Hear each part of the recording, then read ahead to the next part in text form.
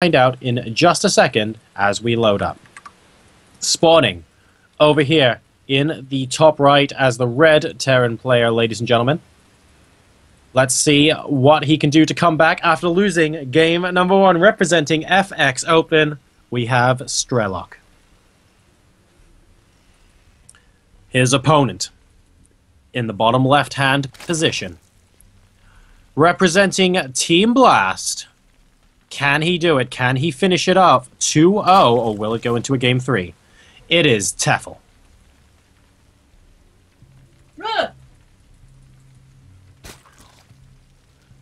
So, pretty exciting game we had that last time around, with Tefel managing to win it with a Roach all-in. But Strelok unable to hold it off and having to GG. The Honey Badger Roaches do not care about those Banshees. And as a result, he's going to go up 1-0, but he still needs to close it out. So let's see what strategies they have specifically prepared for Cloud Kingdom. It looks like Strelok is going to be opening with a barracks. Yep, there it is. It goes down.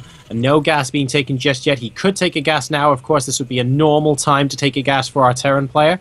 Let's see if he opts to do that, or if he doesn't. And if he doesn't, it will probably be indicative of a 1-Rax gasless fast expand. In the meantime, we have the pool going down for Tefel at 15. So possibly going to be following this up with a hatch and then some gas. I can't really see him just going gas and then not going into a hatchery very soon, especially since the metagame is currently very macro-oriented. We don't see too many 11-11s. We're not about to see an 11-11 pop out of Strelok either. Brax is about to go down. We see no gas being taken from, so it actually looks like it's going to be a fast expansion here coming out from our FXO Terran. And in the meantime, there it is. We have the expansion and the pool going down, as well as a first gas coming out from Tefel. So, pretty exciting times coming down here from Cloud Kingdom, but no action in this particular game quite just yet. 2 links popping out from our Zerg player, as we do have the command center being put down on the low ground now for Strelok. And notice that Tefel immediately retreated the Overlord. He saw that the command center was going down and went, okay, I know exactly what's going on here, and I don't need to scout in any further at all. He's just going to be moving a bit closer to the gas so he can see when that gets taken, but otherwise he does not need to put that Overlord in harm's way. That Marine trying to get a bit of damage done, but unable to do so, as the first 2 gases getting taken by Strelok now, and an SCV is going to get chased out. Poor scouting SCV, only doing his job, looking like he might go down here. Going to be pretty close. Pretty close indeed. He's down to 5 hit points, though. So close to home, yet so far. A moment of silence. The Marine's not even going to help him. Oh my god, the Marine's going to help him! What about second Marine? Oh, no way! This is like Saving Private Ryan. They could make a film out of this. That was pretty cool stuff coming out from Strelok. And Scouting SCV gets rescued, goes back to mine another day. He's back to his normal life of 9 to 5 second mining, where he won't get to see anything else for the rest of his life. Actually, it might have been better off if he died. Never mind.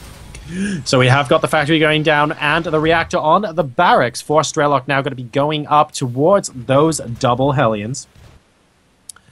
And in the meantime, we have Zergling speed coming in from Tefel. We can see more droning up from him as well. Nothing too far out of the ordinary. Orbital command at the natural expansion about to complete. And once again, since we don't happen to have Ryan the SCV out in the middle of the map, it looks like things are just gonna chill out and go to a relatively normal game. We do see the starport coming down. We should see a tech lab go down on that barracks. Indeed we do. So that's going to be for a Banshee follow-up from Strelok. And we're going to see a game very, very similar to game number 1. Second, third gases, but not the 4th gas being taken from Tefel at this moment in time at the 6-minute mark.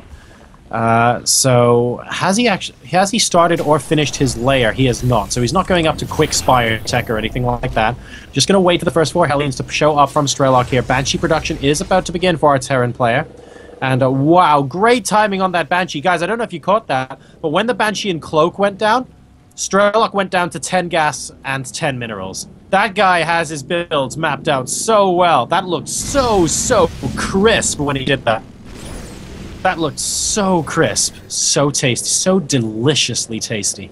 Let's see if we can get any damage done with it, though, because, of course, you don't get any points. You get no ladder points for crispness, ladies and gentlemen. You get ladder points for roasting your opponent to death, and that's exactly what these Hellions are going to try and do moving into the natural expansion. And no, they're actually just going to be ducking out at this stage. Interesting choice, not opting to give that a go.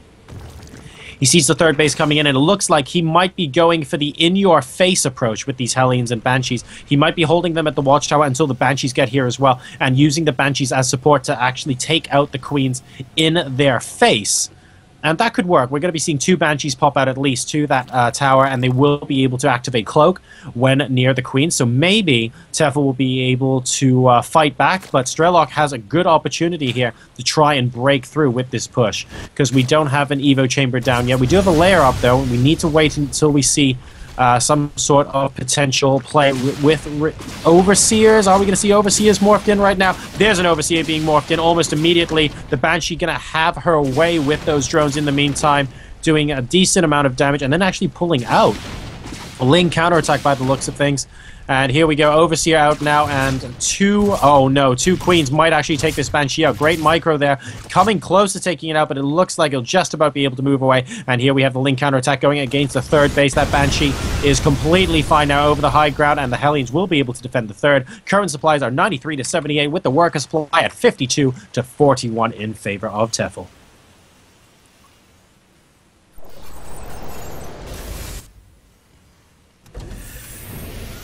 In the meantime, Glial Reconstitution and more roaches coming out from Tefel. It looks like he is opting possibly to go for the Honey Badger approach for the second game in a row, but he didn't actually catch all the Hellions out in the middle of the field this time. So Strelok has more to defend with, as oh wow, the command center actually landing just before the creep spread got there from the Overlord. Unfortunate there for Tefel. But let's see. Yes, and only 12 roaches. So for the second game in a row, guys, we're going to see the Roach Good unit. And here comes the Roach approach from Tefel, moving it across the map here on Cloud Kingdom. And really, those Hellions just not really caring too much at all. The Roaches just running past the entire army. Individual Roaches will get picked off in the back, but these 12 Roaches are going to march straight into the natural expansion. And good wall off with those supply depots, but that's going to go down pretty darn quick indeed. And there we go, goes down. There's a hole, ladies and gentlemen, and there's a whole lot of SCVs. He needs to lift that depot. He cannot lift the depot. And for the second game in a row, we see Honey Badger Roaches move into the main base. This is like that episode of StarCrafts all over again, guys. Hellions and Banshees trying to save as many as they can, but so many minerals being lost to this attack. The number of workers killed stands at 20, with Lings moving in to the natural as well. All the Roaches do actually get cleaned up here. More here, and I actually think these Roaches need to go, because they can't really fight 5 or 6 Roaches against 8 Hellions and 3 Banshees. That won't work. He needs to regroup and go again, and let's see if that's what he's doing. He's getting 7 Roaches at the moment, and he's also getting a Spire, so Roach Mutalisk looks to be the counter to this. And I'll tell you what, Mutalisk very, very good against Hellions and Banshees. Turn around with the Roaches, and he does actually kill off all of the remaining Hellions as well before moving back home. Tefel at 100 supply now to 58. Workers killed 20 to 3, and the worker supply 58 to 34. Tefel is in the driving seat. And here we go, more Roaches coming in to try and kill off the SCVs. The supply depot goes down, more SCVs go down here. His goal is just to kill off as many workers as possible, but there are 5 Banshees. But the Spire is about to complete, ladies and gentlemen, and we are going to see a lot of Mutalisks pop out now, 6 and counting, coming out of Tefel. He's currently at 63 workers to 34. He has his third base up in mining, and the Banshees might be able to come and counter, but there will be an Overseer. And there will be an Overseer and Mutalisks.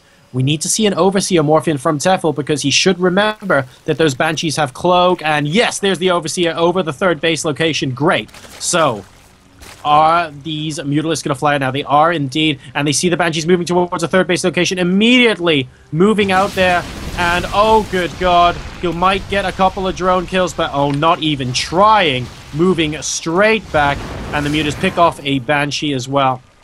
And this is so difficult. Look at this natural expansion. There is nothing at this natural. There are 3 tanks on the high ground, and 2 Mutalisks are already harassing them we should see another Mutalisk or two at the natural, where a lot of SCVs are actually on very low. No, going straight into the main, seeing weakness in the tanks. There's no anti-air whatsoever for Strelok. He is in a huge amount of trouble right now. Auto turret getting put down by the Raven, so he's just going to move into the main mineral line. Work is killed, 32 and counting. There is a random barracks outside the third base. The Banshees are trying to do damage at the third base location as well. Work is killed have gone up to 10 for Strelok. The problem is these mutas are actually doing all of the damage right now in the natural expansion. The tanks are in dire straits as well. And now we have Lings running in as well, magic boxing the Thor. And this is looking horrible for Strelok. Oh, he's repairing the Thor. He needs to get the supply depot killed so the Lings can pop in. The supply depot goes down, but there are enough SCVs to repair the Thor, and Strelok lives to fight another day. The third base hatchery has gone down, but there's just so much damage being done right now. There's only 24 SCVs for Strelok at the moment, and we could just see a hatchery go down with maybe a Spore Crawl or two, or an extra Overseer popping out from Tefel now. He is not going to be relinquishing the pressure. He's going straight back into the natural. 4 mules, ladies and gentlemen. That's give or take about 650 minerals. Could potentially go down here. The Banshees get taken out as well. 124 to 64 supply, and Tefel looks like he is on his way to Telford, United Kingdom, at the end of the month with a potential 2-0 win here over Strelok. So many SCVs on red health. And oh, good God, this is terrible, terrible damage, ladies and gentlemen. 119 to 46 supply. Strelok has 14 SCVs left, and those Thors are left there scratching their heads. The last couple remaining Zerglings will be able to pick apart some SCVs at the natural just for good measure here. And I'm afraid I just don't see any way back for our Terran player at this point. More Ling Muta action popping in. Those Lings can actually surround the Thor if they're not careful, moving up towards the siege tanks as well. And there are 2 more Thors on the high ground. Those mutas do not want to engage there, but the Thor on the low ground and the siege tanks have actually been taken out. And once again, the natural expansion is not being left alone. More and more Mutalisks coming out from Strelok now. Going to be converting a little bit into roaches to deal with a more Thor-heavy composition. They are at 2-2, by the way. So good upgrades for Strelok, but he's at 1/3 the supply of his opponent, who's taken a 4th base in a slightly unconventional location, but that's because this barracks is randomly there at his normal 4th. And these Thors are doing great. The Strelok is, how do I put it? He's being so efficient with his army. The problem is his army just isn't big enough. That seems to be the case. There are more mutas going into the main base. And I'll tell you what, economically, if he wasn't dead before, he sure is now. Because these SCVs, the total number of SCVs is down to 20 once again, picking off the siege tank as well. And this is really, really not good. There's no mining going on at the main. There's only mining at the natural expansion, and we potentially have roaches coming in there. We have got some Hellions at the natural of Tefel trying to do some damage, but he is still at 41 workers versus 20. Strelok is also supply blocked, and I just don't see how this is going to work out for him. We have a Thor going down at the natural. The SCV's unable to repair. And the last remaining SCVs now. Oh, wow. Even contaminating the factories there. Magic boxing the Thor. And even though those Hellions did a decent amount of damage in the bases, the hatcheries are still there. This Thor is going to go down. GG, and Tefel goes to I-47.